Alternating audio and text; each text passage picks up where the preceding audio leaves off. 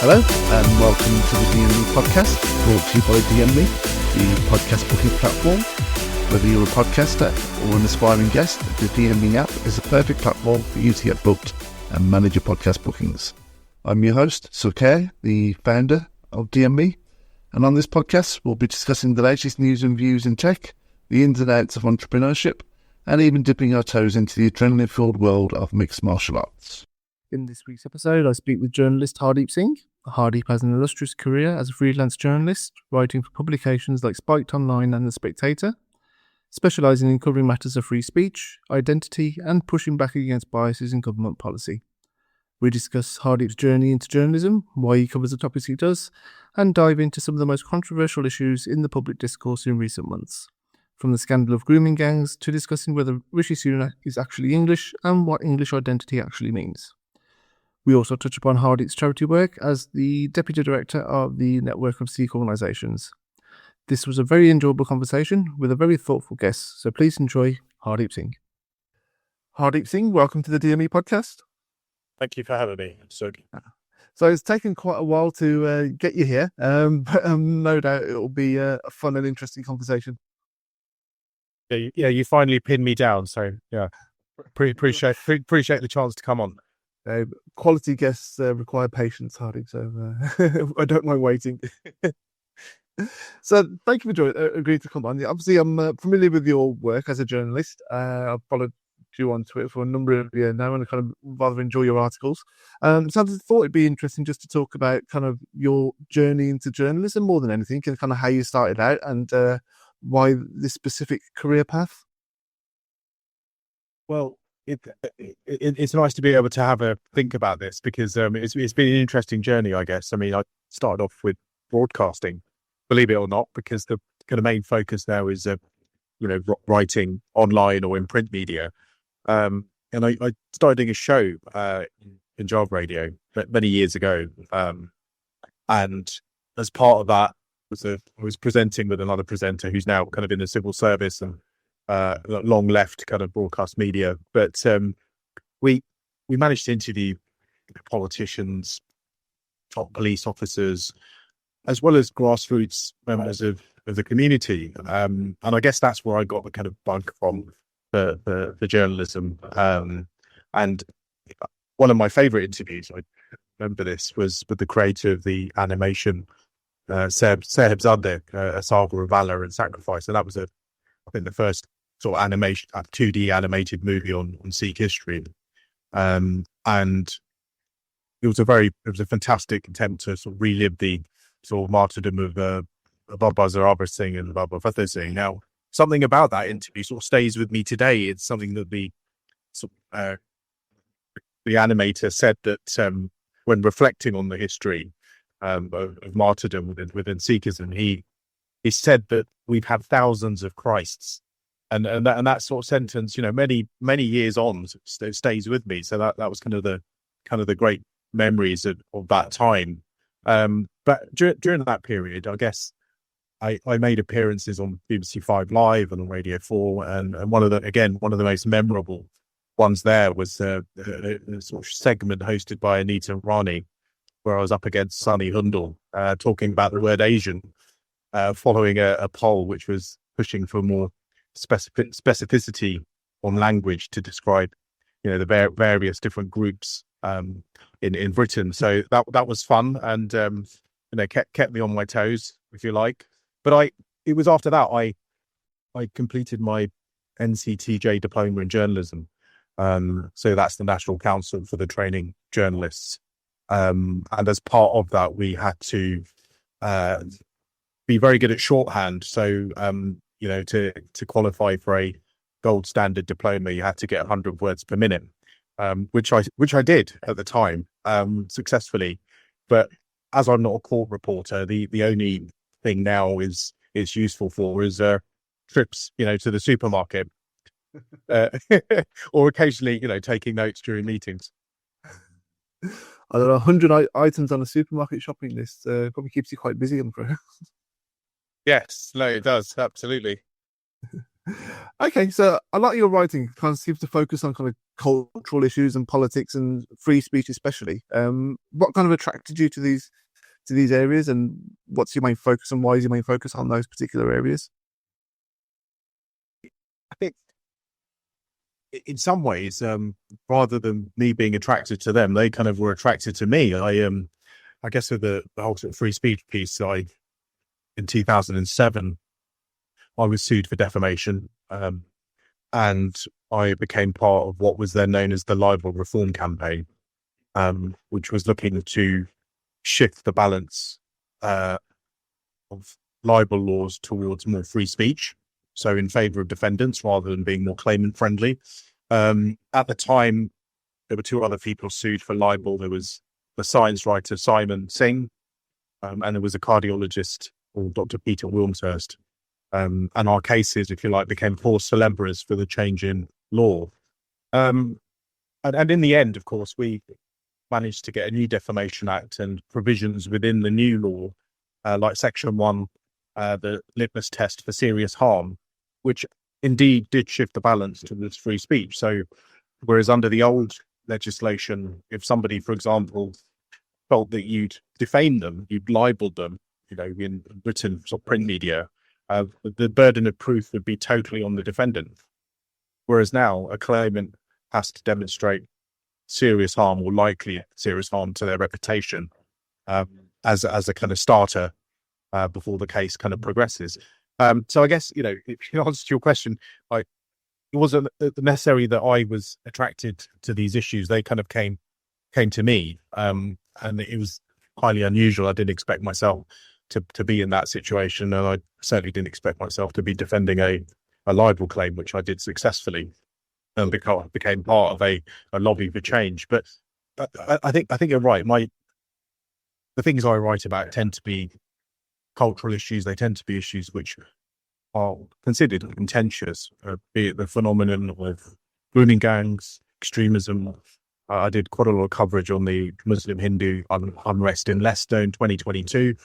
And that was important because there was a lot of misinformation about what was happening on the ground. So there were quite a few journalists who were writing about that at the time. But I've also written about stuff like assisted dying, which, as you know, has come back with a vengeance with the Kim Leadbeater's private members bill, which is passing through Parliament at the moment. And there are obviously serious questions around the safeguards in place, or the lack of safeguards in place for that particular piece of draft legislation. But I think there has been a theme around my writing, and I remember a while ago another journalist described me as a bearded defender of free speech. And again, it's I've mentioned libel reform, but even since then, there have been other campaigns I've been involved in. There was a campaign to improve free speech protections in what was then the Scottish hate crime bill.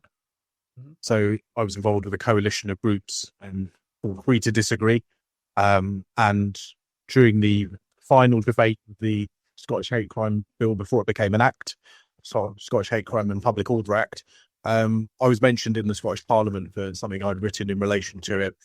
And more recently, of course, there's been my involvement and the charity's involvement as I'm the Deputy Director of the Network of Sikh Organisations in pushing back against a all-party parliamentary definition of Islamophobia, which in some ways acted like a factual blasphemy law, and has serious implications for free speech, not least discussion about historical truths. And we believe that it creates a hierarchy of religions in this country. So yeah, there's been a theme. There's been free speech. We've been writing about issues which can be difficult, and obviously are subjects which are adversarial just by the nature of the topic. But I think it's important. I think the more of us that can talk about these things, the better. Indeed. So you have written across a range of publications, both on the left and the right. I know you wrote for the Spectator and for Spiked Online. I think you may have written for the Guardian as well in the past. How do you kind of navigate those challenges? Is there an expectation when you're commissioned to write certain pieces of what your viewpoint should be, or how do you manage the expectation from those publications of what your stance should be versus what your actual thoughts are, what you'd like to get out there? Is there any, do you kind of mode your message a little bit depending on the audience you're writing for? Well, as a freelancer, and I can only sort of speak as a freelancer, I think the main challenge I have is really having an idea that's got legs. So I spoke to an editor at a conference last month, and he told me that really editors commission articles based on sort of a gut feeling and intuition that a piece will have traction or it will have an audience. And I think that was quite interesting for me to hear that from a commissioning editor. And I know many commissioning editors, but it goes to show that, you know, the art of commissioning is sometimes based on not clairvoyancy per se, but just that kind of knowingness that actually this is a subject that, you know, people will absolutely be interested in, and it's something that will take on, and it's something that, you know, if it's online, obviously it's based on a certain number of hits on the website, you know. But I think the key thing is, I mean, depends on, it doesn't really matter what, you know, political spectrum the publication is on.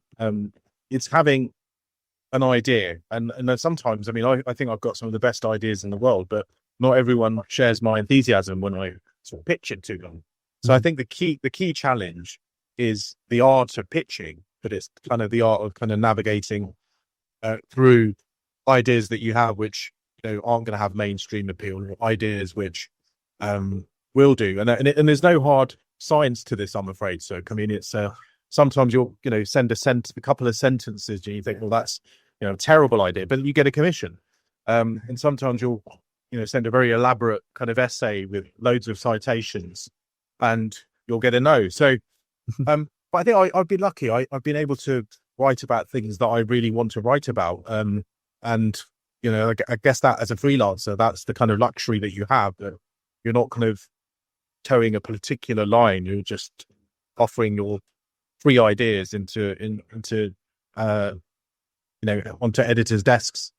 And I quite enjoy that aspect of being a freelancer. Yeah, certainly. I'm sure the independence kind of gives you the ability to kind of focus on what your passions are, and if obviously you can make a living out of doing so, then it's all the more beneficial and rewarding, I guess. Absolutely. So obviously, kind of face of modern journalism has changed from the traditional print media, and obviously you said you started in radio and TV a little bit as well. With the rise of social media platforms and various different publications now, not just in the traditional channels, how has that kind of changed how you approach getting commissions at all, and even expanding your own content and distributing it? I'm not sure if do you have a Substack at all? Because it seems a lot of journalists seem to be going independently and having their own Substacks as well, and having channeling their work through a different avenue. I don't have a Substack yet, but it's something I've definitely given thought to, and something I might set up in the future.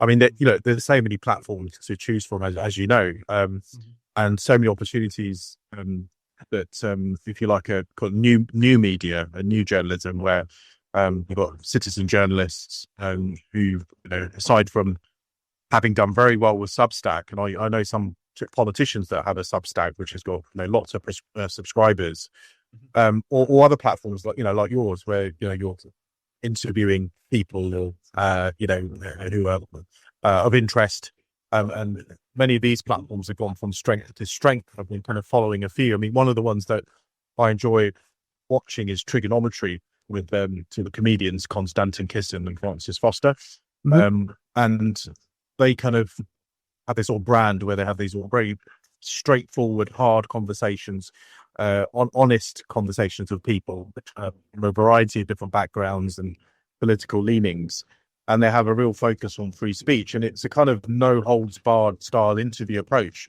And the reason I find it entertaining is that, you know, sometimes it can result in quite heated and tense exchanges, but they kind of stick with their brief, and they get to the nub of the truth, and you know, the probing is, you know, superb. I mean, you know, the way they go about it. And I think there was, I don't know if you remember this, but there was a interview not that long ago they did with the former editor of the Spectator, Fraser Nelson.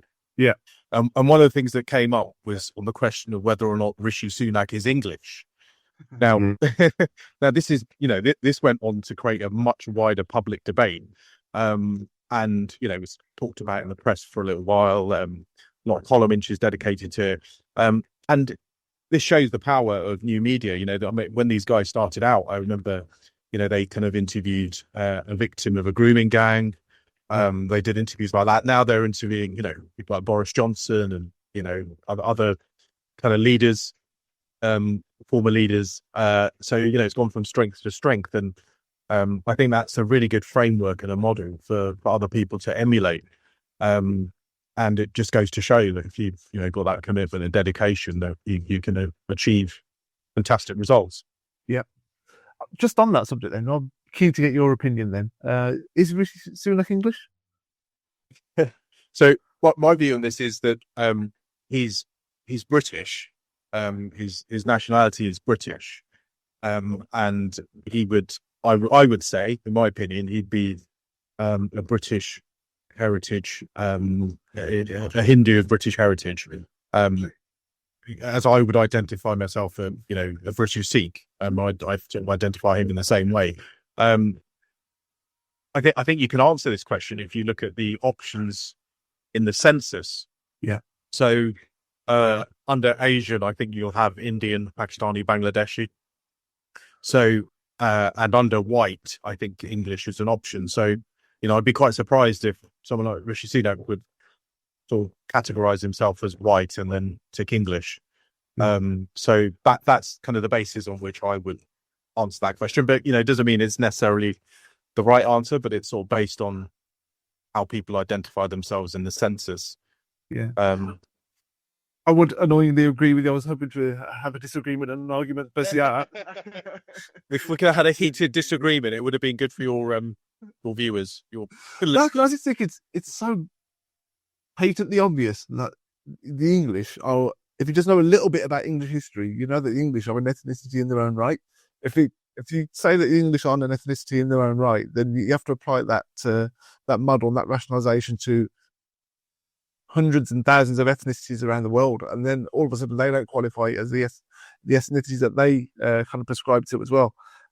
So I think, British, it makes sense because obviously Britain is a union of different but related peoples. So obviously the Celts, the Scots, and the Picts, etc. And obviously the English are derived from the Anglo-Saxons and some Norman in there as well. So, and that's been the case for about just over 1,000 years. So 1,000 years to develop an ethnicity and an ethnic culture and, is quite distinguished, and it's a thing, you can define it.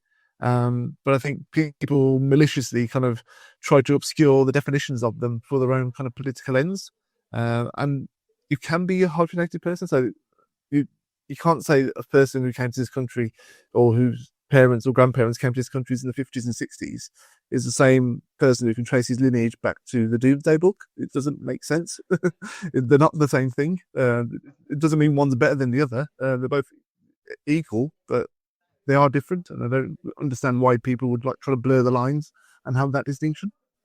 Yeah, and I tend to agree with you, and I think we, for the sake of keeping our sanity, we need to sort of look at nationality, ethnicity, faith. We're complicated. We all identify ourselves in different ways based on the different parameters or different things that you're looking at, and obviously this was an issue within the Sikh community not that long ago as well, where there was a campaign to create a Sikh ethnic tick box in the 2021 census. And that created a huge division amongst the community, with one particular group sort of lobbying for that change. And certainly that was another contentious sort of issue that I've written about and did a podcast on with the Spectator. And so how we identify ourselves and who we believe we are questions that are so important. I mean, if we look at what is categorized as a ethnic minority in this country, something that has come up recently with the new sentencing guidelines which come into force in the beginning of the year, the pre-assessment report, which appears to be favouring ethnic minorities and those in minority faiths. Now, when we think of ethnic minorities, I mean, that's an example of two-tier justice in the first place. But if we look at who identifies as an ethnic minority, people don't often think of travellers or Jews when they consider white ethnic minorities. And I find all of this really, really fascinating because we have it in our own minds. We have a certain idea of what an ethnic minority might look like, but it's some of these groups aren't often acknowledged who are also ethnic minorities. Yeah, I think it's a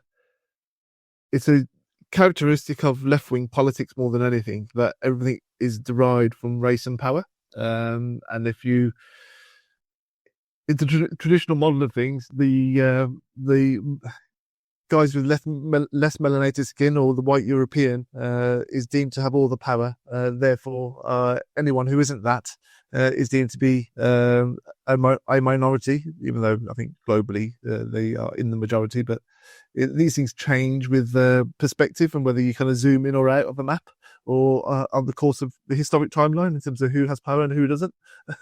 So it just seems a reductionist argument, and it just goes down into ridiculous extents in trying to categorize everybody based on the amount of melanin in their skin or who has a power over one, and whether that's power is today or whether that existed historically. It just seems no way to have a functioning society, and this is where you end up with trouble like this crime bill, which is treating one ethnic group as inferior to the other, which is just makes no rational sense whatsoever. Yeah, and it's interesting, isn't it? I mean, you kind of mentioned melanin, and I find it fascinating how there's sort of new terminology, global majority, and historically you had BAME and VME, and I just can't figure out what they really mean. I mean, I think not that long ago the civil service sort of ruled out using BAME, Black, Asian, multi-ethnic. I believe that acronym stands for. But minority ethnic, I think it is. Yeah, minority ethnic. Yeah, and it's like, well, there's a lot of people who would seemingly fit into those categories, but would find them objectionable. And I think those voices aren't often heard, and it's almost as though people who've come up with these terms seem to think they're doing the right thing, but it's often not the case, and it's not often not perceived to be the case by the very people they're looking to support with this. So I just think one of the problems that we've had is there's been an immense focus on all sorts of policy areas around this, and one of the areas that I have particularly focused on is looking at hate crime, and we see with that we even see a hierarchy sort of appearing with a lot of policy focus and strategies and taxpayer funding focused on the Jewish and Muslim communities, but there's many other faith communities who also suffer from hate crime, and they don't really get a look in. I mean, there's no kind of official recognized definitions of Christianophobia, if you like, or which is probably a word that Christians don't want to use, but say anti-Christian hatred or anti-Hindu hatred or anti-Sikh hatred, for example. So I think we're seeing that kind of hierarchy across a number of different policy areas, and that's quite worrying because there should be really one law for all. Yeah, exactly that.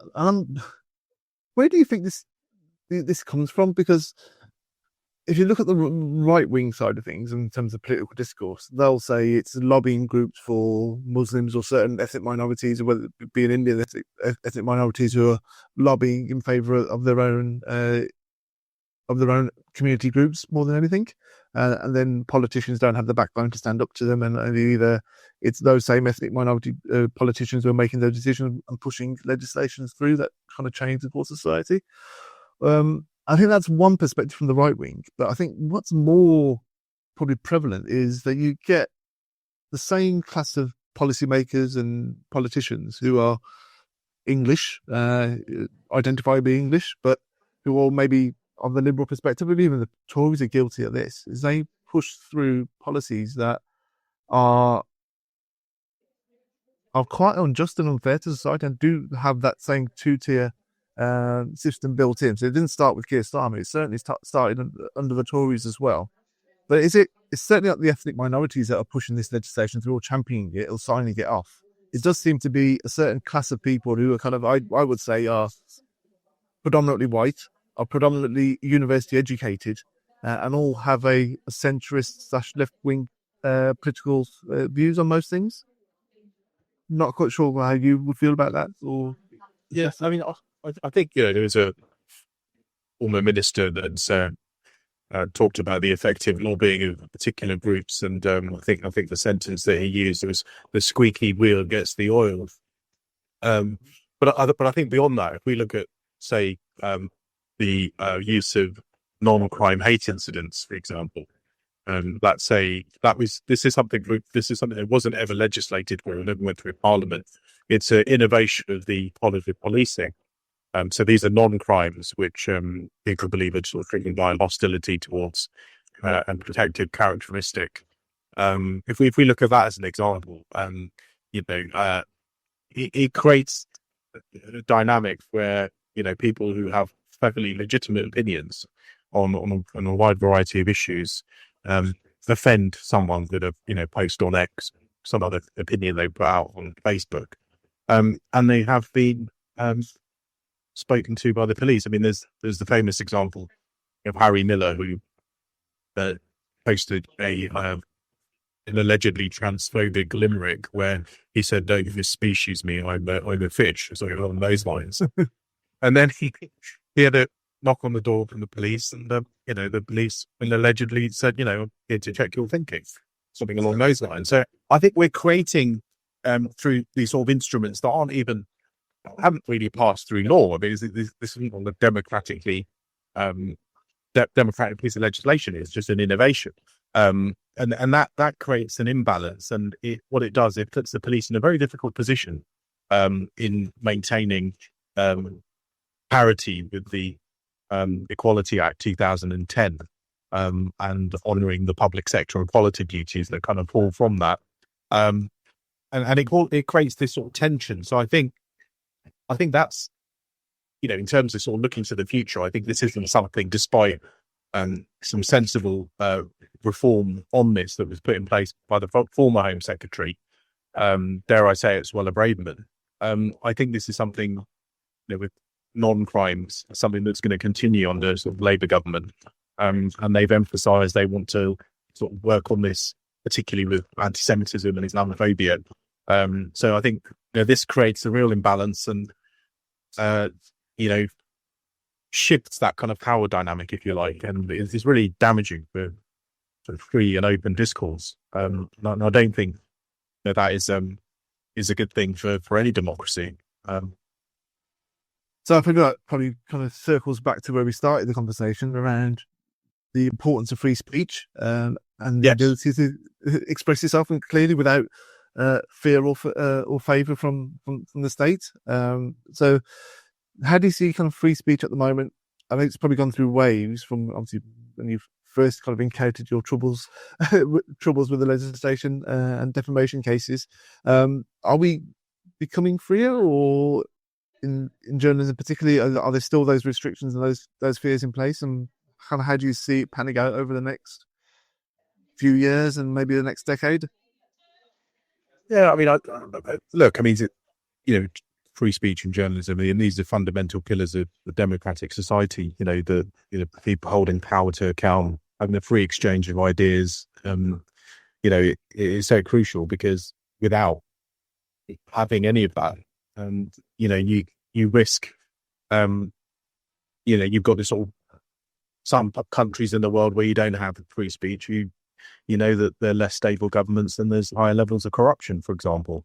But holding power to account, I think, is the key thing here. And journalists act like a watchdog, if you like, exposing injustice or abuse of power in government or corporations, and investigative journalists. They've led to major revelations and reports, and been taking the work of Andrew Norfolk, who from the Times, who first uncovered all the child sexual exploitation in Rotherham in his investigations. That it hadn't been for his tireless efforts, that story wouldn't have seen the light of day. It's so important. And I think the other aspect of free press is just, because of misinformation. And we've seen it so many times. We saw it in Southport. We saw a number of examples of misinformation there, which, added fuel to the fire, at a time of major civil unrest in this country. And we saw it with Leicester, as they touched on the Muslim Hindu disorder in 2022. Again, there were rumours and disinformation that was creating serious problems. So much so, the acting top chief police officer at the time said that was one of the major challenges that they had in quelling the disorder. So I think part of what journalists do is provide that reliable source of information, which allows people to get on with their, make better decisions and stop this information from spreading and propaganda, which can manipulate public perception. In terms of what are the threats, he's touched on non-crime hate incidents. I think these should be, they should no longer record these. They're an absurdity. Now, you might think, what are the consequences of having one of them? But consequences are that they appear on advanced DBS checks, so that potentially can prevent you from getting a job, for example. Mm-hmm. But some of these cases are so absurd. You've got spats with children in school saying things to each other which have been recorded as non-crime hate incidents. And I think the most absurd case of all I've heard of is somebody hanging up a pair of soiled underpants on a washing line, and that being reported as a non-crime hate incident. Now, it just gets crazier and crazier. Money laundering is an issue for the police. Dirty laundry isn't. I think we have the strap line for the podcast there. We could talk about these each of these subjects for hours on end, but I don't think we'd keep you that long, unfortunately. So I just wanted to talk a little bit about your charity work as well. So you're the director of the Network of Sikh Organisations? I'm one of the deputy directors. The director is Lord Singh of Wimbledon. Okay. So what are the aims of that charity? And there seems to be a lot of Sikh groups out there. So what's the main aims of the Network of Sikh Organisations? Is this an umbrella organisation, or does it have a specific aim? It is umbrella. It's 130 odd organisations affiliated to it, including gurdwaras. We seek to enhance the image and understanding of Sikhism through radio, television, articles, and early on, there was a great emphasis on interfaith, which still exists, but as you may know, the interfaith network no longer exists. So that makes it a bit more challenging. Historically, the network has been involved in running Sikh prison chaplaincy services across the UK. It's the endorsing authority for the Sikh chaplain to the armed services, and it's the recognised authority for inspection of Sikh faith schools. Okay. Lord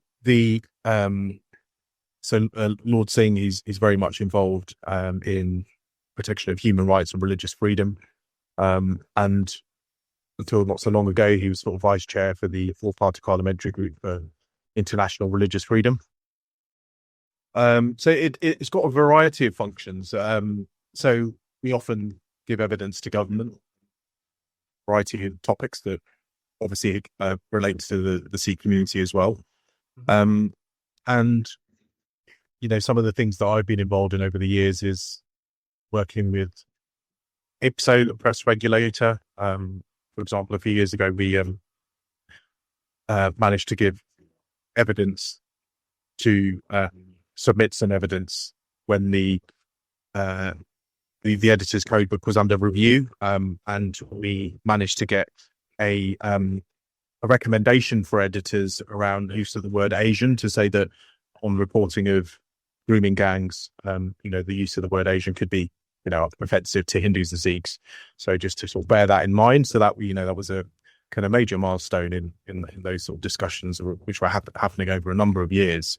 following on from a number of complaints to if so overuse of the word Asian. But there's a variety of things. There's been lots of work around historically around organ donation.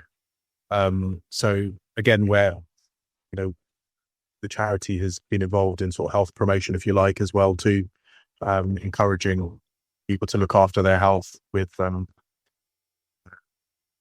Laura's getting involved with doing health checks, blood pressure, diabetes, and it's all kind of the stuff that the charity's been doing. So it's quite a wide remit, but there's always something new. We also have been involved in a number of years a project called UK Parliament Week, where we engage with the community. We especially like to get younger Sikhs involved in understanding the parliamentary process, how Parliament works, how they can engage with it, what they can do beyond just, an online petition, how they can give evidence to select committees or other committees within Parliament.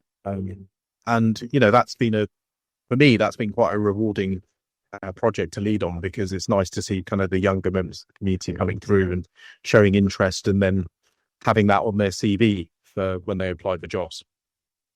Yeah, I think the youth is not from my own age range. I don't think many of my own social network get too involved in kind of community work or kind of community issues. But my eldest daughter is 15. Although we probably neglected kind of the community teachings and passing those down to my own children. Just been in our own friendship group, they're more keen on kind of Sikh-related or Indian community-related issues, like purely from osmosis or whether their own social group. I think it may be social media driving this as well a little bit, in that they take a lot more interest in their own identity and kind of where they come from. So I think there is a wave that's building up, and that's something that can be tapped into, and kind of where my generation may have missed out or kind of dropped the ball a little bit. I think there is a gap there that organisations and teaching the youth in terms of getting them connected back to their original identities is a fruitful thing to do. Absolutely, and if you're wants to get involved in UK Parliament Week, then we'd be happy to support her. Oh, awesome! I will check that. She's currently in the middle of doing her GCSEs, but yeah, she'll find time for fun things. Okay, so just to kind of close out a little bit. Obviously, you do a lot of different work with the Network of Sikh Organisations. What's the one issue facing the Sikh community in the UK at the moment that you think deserves more attention? I think so. There are so many issues, but if there was one issue, I think it would be around religious literacy.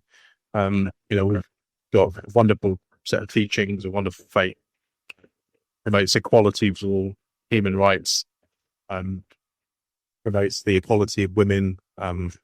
It recognises the whole as humanity as one. And I think, personally, I get kind of very disappointed when I meet people and they still don't really know very much about Sikhism apart from the 5Ks.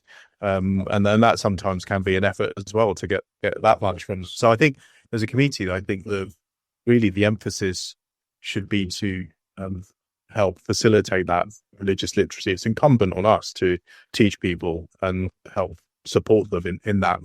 And that obviously that starts at schools, and it starts with looking at a national curriculum, which is again a challenge because we're a small minority faith, and there's an emphasis on obviously the larger faiths and the larger minority faiths as well. And then there's a pressure coming in from secularists and humanists having kind of some stake in the curriculum as well, and sort of pushing back on religious education, looking at alternative sort of proposals around the national curriculum. So there's always a challenge around that as well. And I think some of the work that certainly Lord Singh has done over the decades with his contributions to Thought for the Day for a long time has been that kind of emphasis on promoting these sort of teachings which are tolerant and promote equality for all. And I think that is the message that as a community, to some degree, we have done that, but I think there's a lot more work that needs to be done. Because once people know about those values, once they understand them, that's going to make a whole difference for our future in this country. Yep, certainly agree. Well, thank you very much for your time, Hardeep. Just to finish off, if people wanted to follow your work, what's the best place they can find you and find your journalistic work? Oh, the best place is probably on X, formerly known as Twitter. I think I'm obliged to say, and the handle is at Sing2, which is TWO followed by the numeral 2, so Sing22. And thanks for the opportunity to come on your podcast and ask me some very challenging questions. Thank you for giving up your time. We'll link to your Twitter handle or X handle in the show notes. But Hardeep Singh, thank you very much for appearing on the DME podcast. Thank you, sir.